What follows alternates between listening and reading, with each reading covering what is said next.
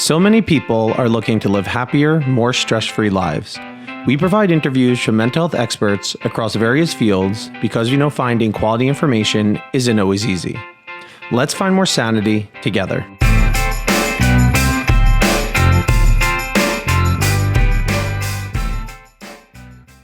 Hello, everybody, and welcome back to another collaboration of ABCT and the Sanity podcast. You got to buckle in for a minute here because we have Dr. Robert Leahy, and he has quite an impressive bio here. Dr. Robert Leahy is the director of the American Institute for Cognitive Therapy in New York City and clinical professor of psychology in the Department of Psychiatry at Weill Cornell Medical College. He completed a postdoctoral fellowship in the Department of Psychiatry at the University of Pennsylvania Medical School under the direction of Dr. Aaron Beck, as we all know, is the father of cognitive therapy. He's the associate editor of the International Journal of Cognitive Therapy and is past president of the Association for Behavioral and Cognitive Therapies, the International Association for Cognitive Psychotherapies, and the Academy of Cognitive and Behavioral Therapies. He founded and is the honorary lifetime president of the New York City Cognitive Behavioral Therapy Association. He is a recipient of both the Aaron Beck Award from the Academy of Cognitive Therapy and the Outstanding Clinician Award from the Association of Behavioral and Cognitive Therapies.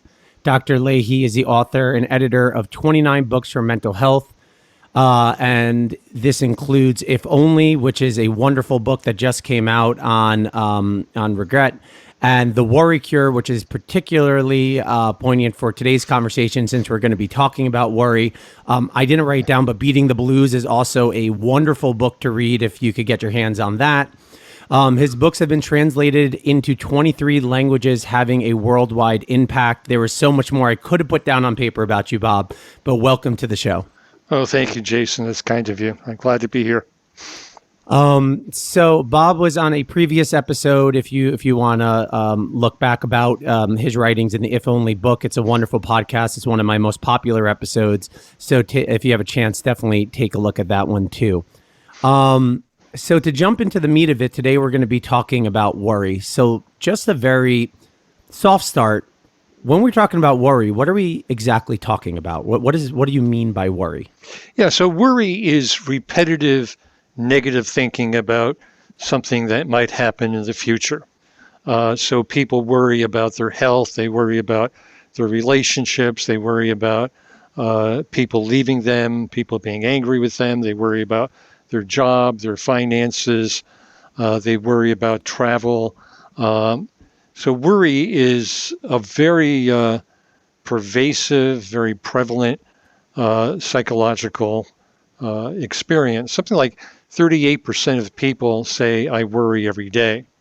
And people who worry a lot and whose worry makes them feel anxious, who have insomnia, muscle tension, gastroenterological problems, sweating, muscle aches, rapid heartbeat, that kind of thing.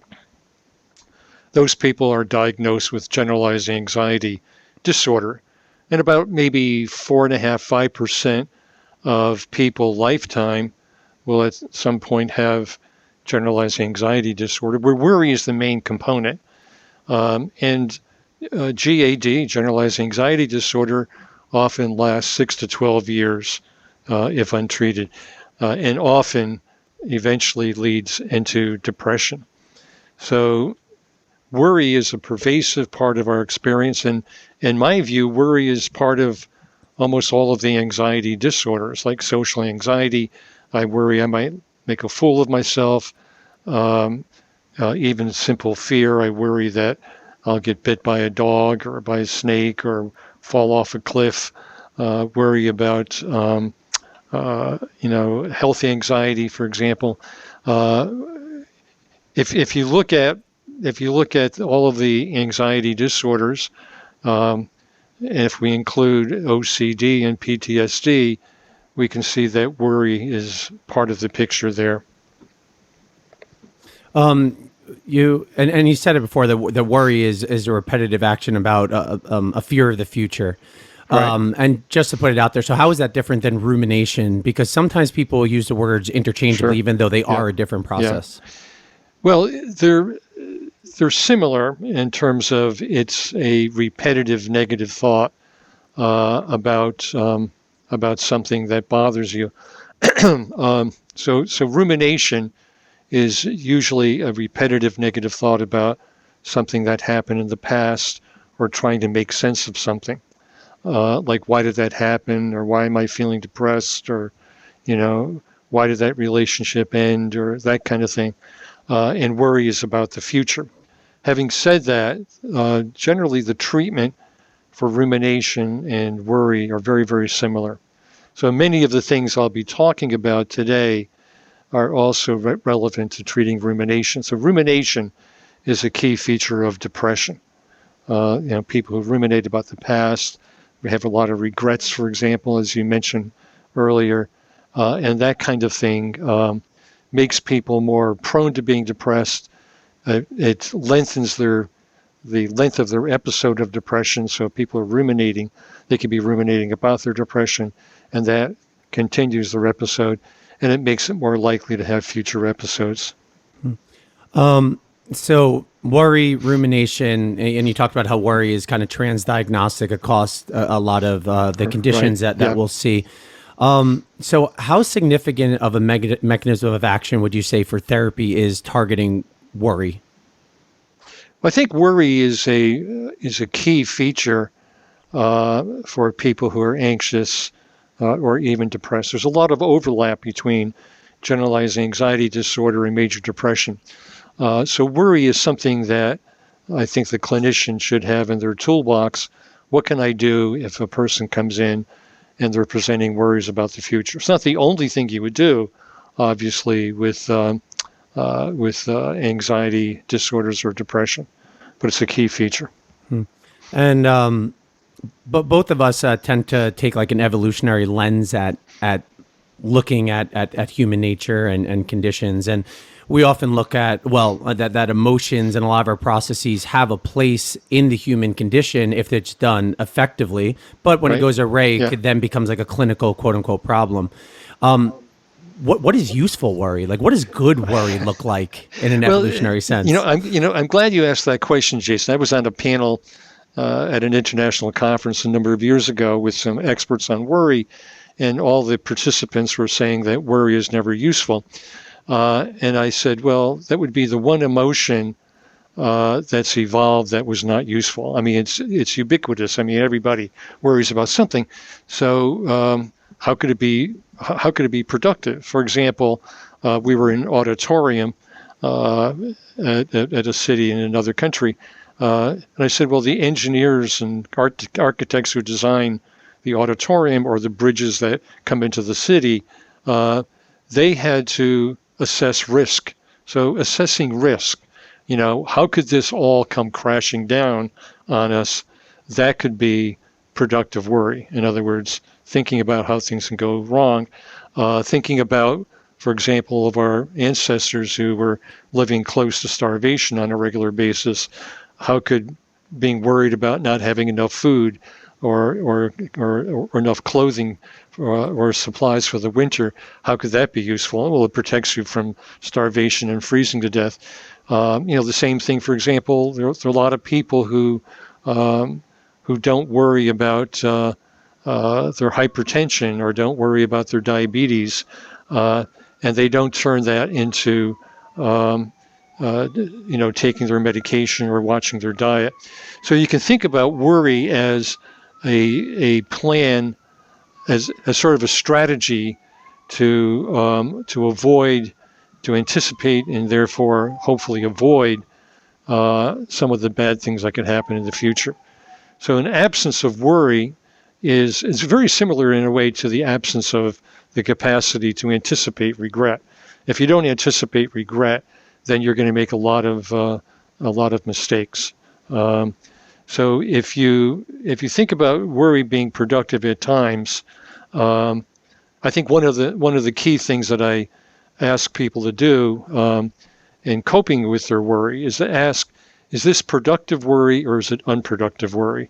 So for me, the productive worry was last night I didn't have the link to our podcast. So I reached out. I said, gee, I don't have the link to Jason. How am I going to get in touch with this guy? So I emailed you, and you quickly got back and you sent the link. And maybe the original email was lost in a spam filter, which, of course, negative things happen. So the productive worry there, I don't have the link. What if I get there in the morning and I don't have the link and we can't do the podcast? How do I solve that problem? So productive worry is there some action I can take today to move the problem solving forward? And of course, the action was simply email Jason, and you solved my problem. So I didn't have to worry about it anymore. Yeah. But I think it's a great point that worry that leads to some near action, right, is quite useful. Yeah. Otherwise, our species probably wouldn't have survived. Yeah. You also define unproductive worry too, because you talk about productive worry versus unproductive worry and how to handle them differently. So that was productive worry and good worry. So what is unproductive worry? So unproductive worry is worry about things I have no control over. So, for example, if I'm going to give a lecture next month somewhere, the unproductive worry will be, what if my PowerPoint fails? What if people don't like me? What if somebody asks me a question I can't answer? What if my mind goes blank? I can't do anything about the future, a month from now or whatever. So unproductive worry is simply, generating a lot of potential problems that I have no control over, and I can't do anything about it today. I can't do anything today that's going to reduce the likelihood that somebody is going to ask me a question a month from now I don't have the answer to. So it's kind of like I think one of the first things I ask people to do about their worry is this going to be productive or unproductive worry? Is this going to lead to you doing something, taking some action, solving a problem today, having a to-do list today that's going to move you forward? If not, it's unproductive. And so the question is, what do I do with the unproductive worry? The first thing I ask myself is, what's the advantage of spinning my wheels in the mud? I'm just going to dig myself a deeper hole and get stuck, make myself more miserable. And we know that repetitive worry often leads to depression, inability to concentrate, inability to sleep, and all the symptoms of generalized anxiety disorder. So unproductive worry is something that I can say, all right, it's unproductive. What do I do now? One, can I accept uncertainty? So, for example, the uncertainty of what could happen next month. If I accept uncertainty, that means that for right now, I accept I can't do anything about what happens 1 month from now. I give up control. I can accept not having control about what happens in the future. I can accept that no matter how prepared I am or well-meaning I might be, that bad things can happen or unfair things can happen. I mean, we live in a world where bad things happen all the time to good and bad people. So there's an acceptance piece there. And the acceptance piece, I think, is very key. It doesn't mean you like it. It doesn't mean you can never do something about it. But it means right now, as I'm talking to you, there's nothing I can do about 1 month from now. Mm-hmm. And so that's, and I think a lot of people say, well, how can I accept it? And I said, well, let's look at some of the things you already accept. So, for example, when you go to a holiday party or dinner with your family, whatever, what are some things you accept? Do you accept that people may say things, or you may say things that are controversial, or people don't like, or you don't like, whatever? Or you might accept you go into a restaurant, you don't like the food, or the conversation doesn't go well. Or if you make an investment, you accept some probability, or the greater than zero, that you might lose some of your money. So we're accepting things every single day. And why do we accept it? Because we know we can't get from here to across the street unless we accept some risk of crossing the street. So we accept things all the time. And worry is kind of like making a statement, like, I'm not going to accept that there's some possibility, some probability in the future that something bad could happen. But we accept it all the time. And so it's kind of like acceptance doesn't mean that I don't take action now. So, for example, I can accept that maybe there's some things going on politically in the country that I don't like or other people don't like. I can accept that right now today. There's nothing I'm going to do about it right now as I'm talking to you. But what I could do is I can take action toward other things. I could work on my work. I could see my patients. I could do some writing. I could exercise. I could, watch a video. I can contribute to the political discussion, whatever. But I can't really have control over the outcome of an election over a year from now. It sounds like there's also like an exposure component to it. That if you're saying, okay, I want you to accept this discomfort and just sit in it, in a way, you're also asking them to expose themselves to their emotion or their feeling about this, which could help them move through it. Is that a component of like gaining acceptance, feeling that emotion and not running away from it? Yeah, I think there are a number of ways of looking at it. It's a good question. One way of thinking about it would be to look at your feared fantasy. So the feared fantasy is, what do I fear the most? So, for example, let's say a patient fears that they're going to get fired. A number of years ago, after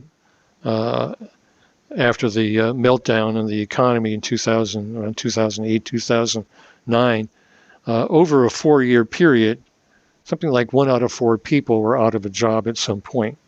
Not the unemployment rate was not 25%, but people are transition in between jobs. I don't know if you've ever had that experience personally, but people often are moving in between jobs. And even if the unemployment rate might be, 3% or 5% or 8%, whatever, being out of work is not the end of the world. Most people who lose their job get another job.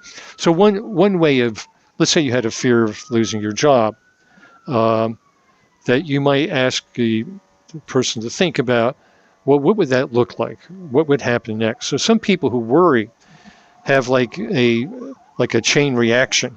Like, I lose my job, I can't make my rent or my bills, I end up out on the street, everybody abandons me, I end up, being a homeless person, and I end up killing myself. So that kind of chain reaction is often what we see with people who worry, that they go all the way down to that worst case scenario.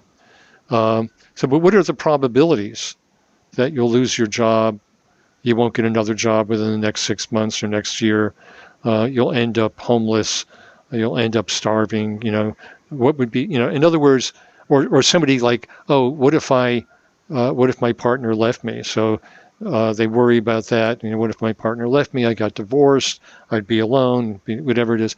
So people who worry, what's interesting, a couple of studies done, but most recent study done at Penn State by Michelle Newman is like 90% of things that people worry about actually have a neutral or positive outcome. 90%. That's a lot, right? Yeah.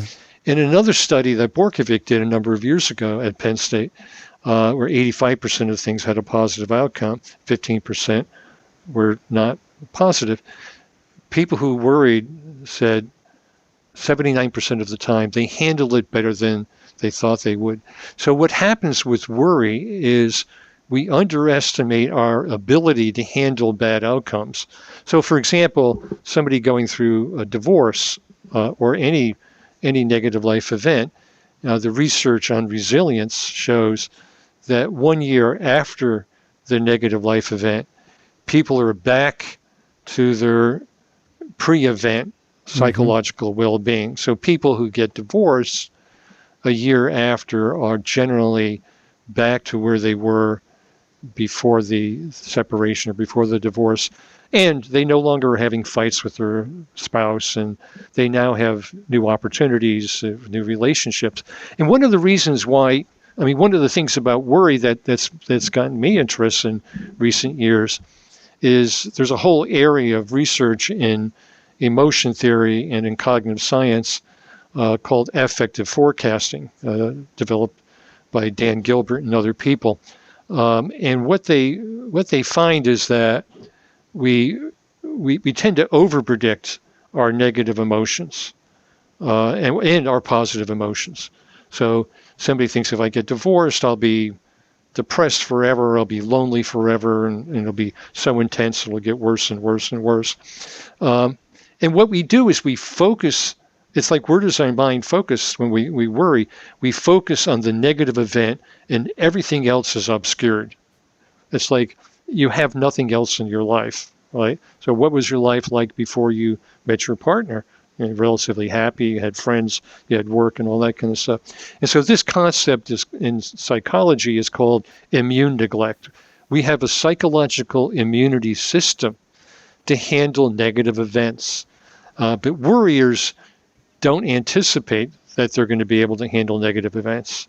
So I remember when my book, The Worry Cure, came out, I was talking with a journalist, and I said, well, think about what did you worry about 10 years ago? You don't worry about it now. And she said, oh, I remember very well what I worried about 10 years ago. I worried about getting divorced.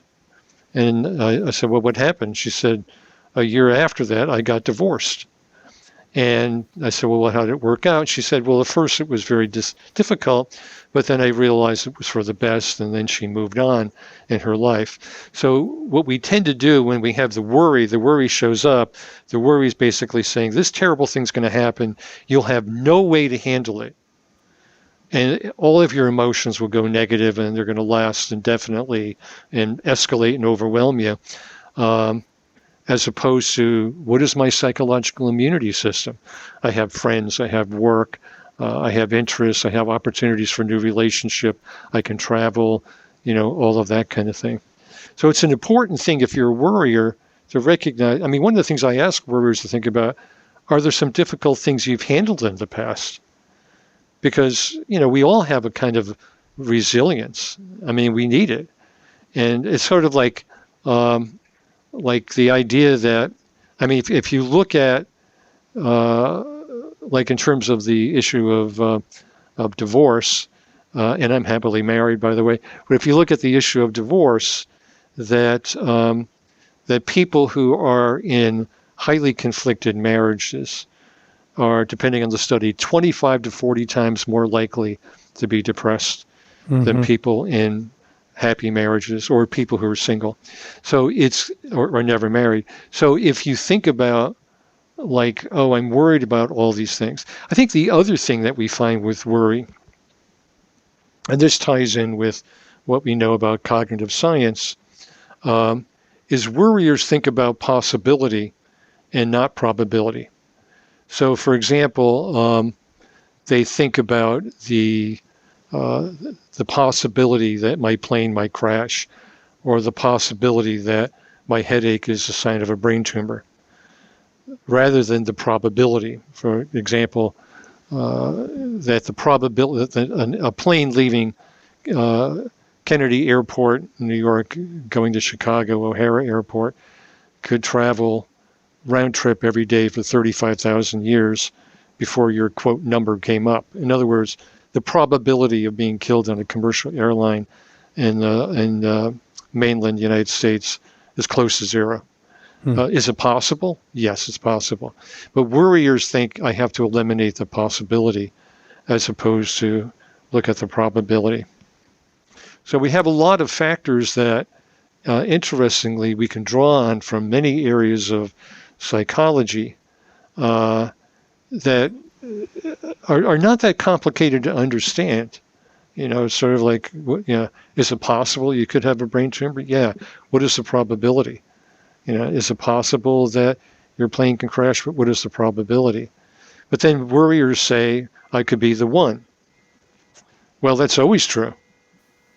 And the word possibility means there is a greater than zero probability you could be the one. And what's the answer to that? Well, you would be very unlucky.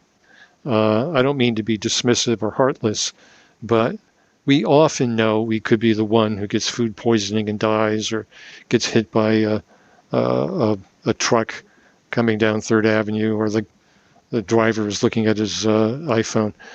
So we build in the probability in our everyday life. We play the odds. Like when we looked at terrorism a few years ago, when so many people in the States and Western Europe were worried about terrorism, you were more likely to drown in your own bathtub than to be killed by a terrorist. You're more likely to trip over a toy falling down the stairs in your house than be killed by a terrorist.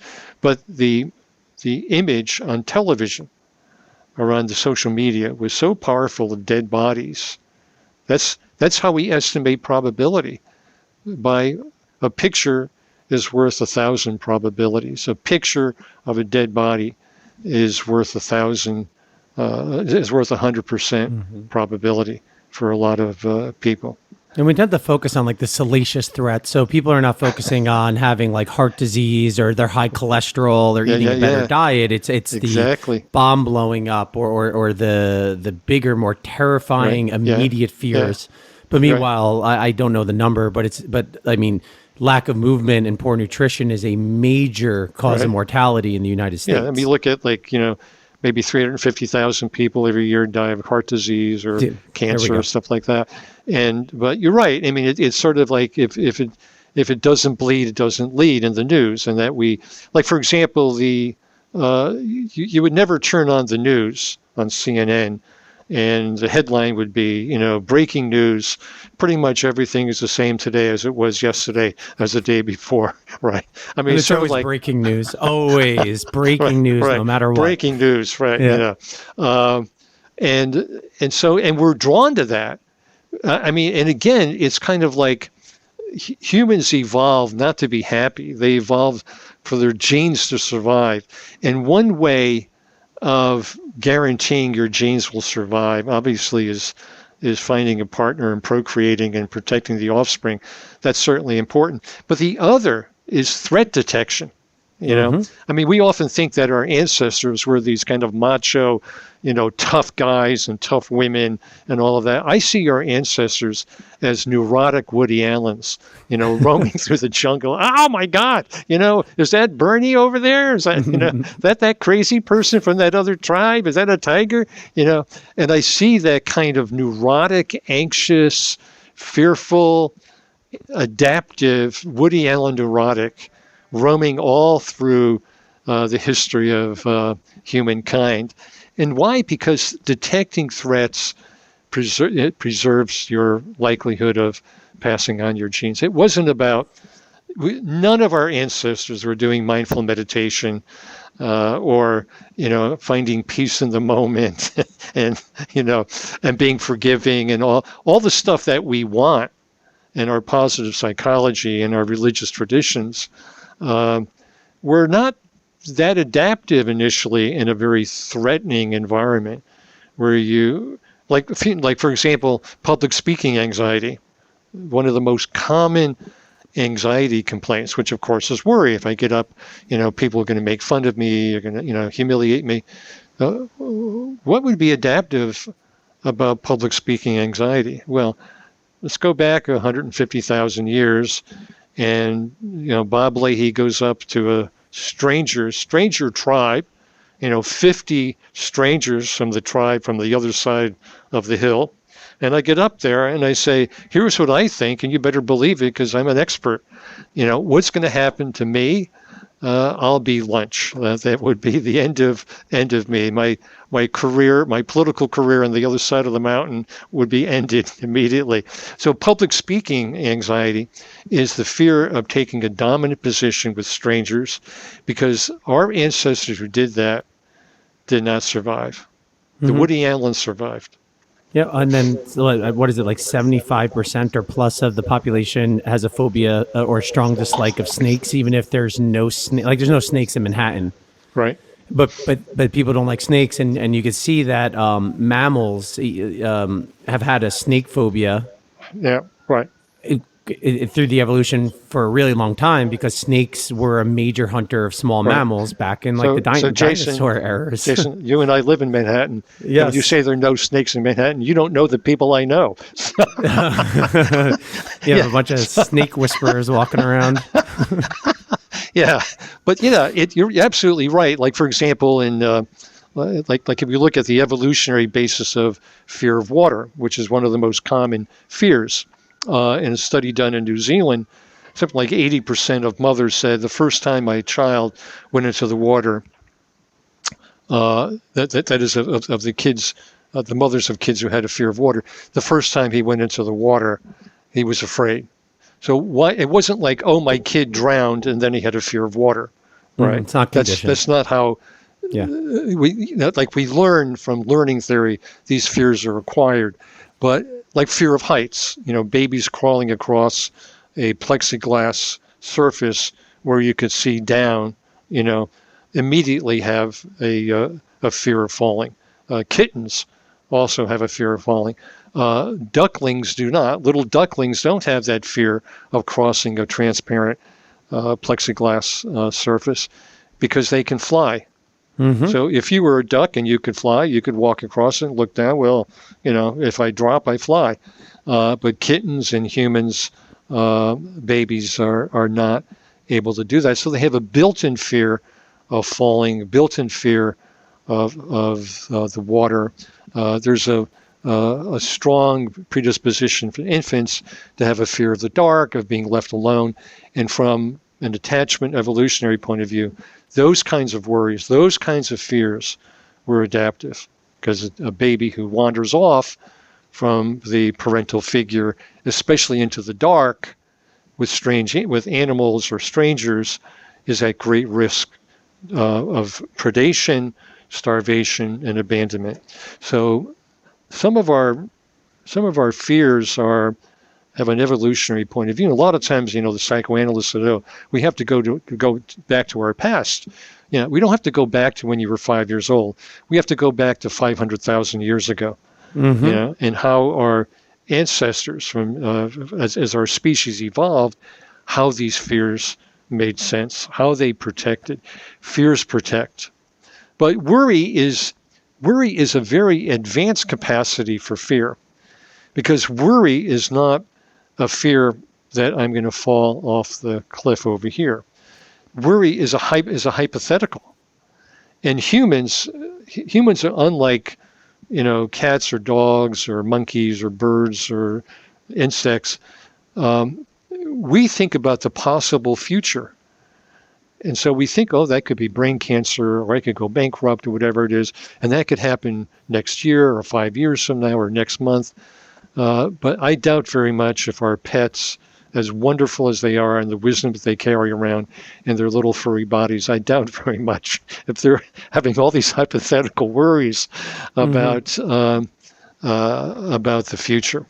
Some people, they feel really guilty, like leaving their dog at home alone. I wonder if the dog's thinking about, like, I'm on a walk, or what am I doing? Then I don't think the dog is really thinking about what you're doing. They know you're not there, but they're not there like pontificating, like, oh man, Beth is having a great time outside now in the park throwing sticks with other dogs. Yeah, I don't think dogs are suffering from fear of missing out. Yes, yeah, dogs don't have FOMOs, but like, it's so funny that so many of my friends think their dogs have FOMO. It's really funny. Well, they may be feeling anxious being alone, because dogs are pack animals. Yes. And if you leave a dog alone that's anxious, you come back and you wonder what happened to my furniture and my shoes. Mm-hmm. They may not be thinking about the good time that Jason and Bob are having, but they're thinking, I'm all alone and I'm a dog. I don't like being alone. So, All right. So let's take a pause here. We're going to be back in a second on our next episode. We're going to keep talking about worry and ways to address it when it gets to a clinical level.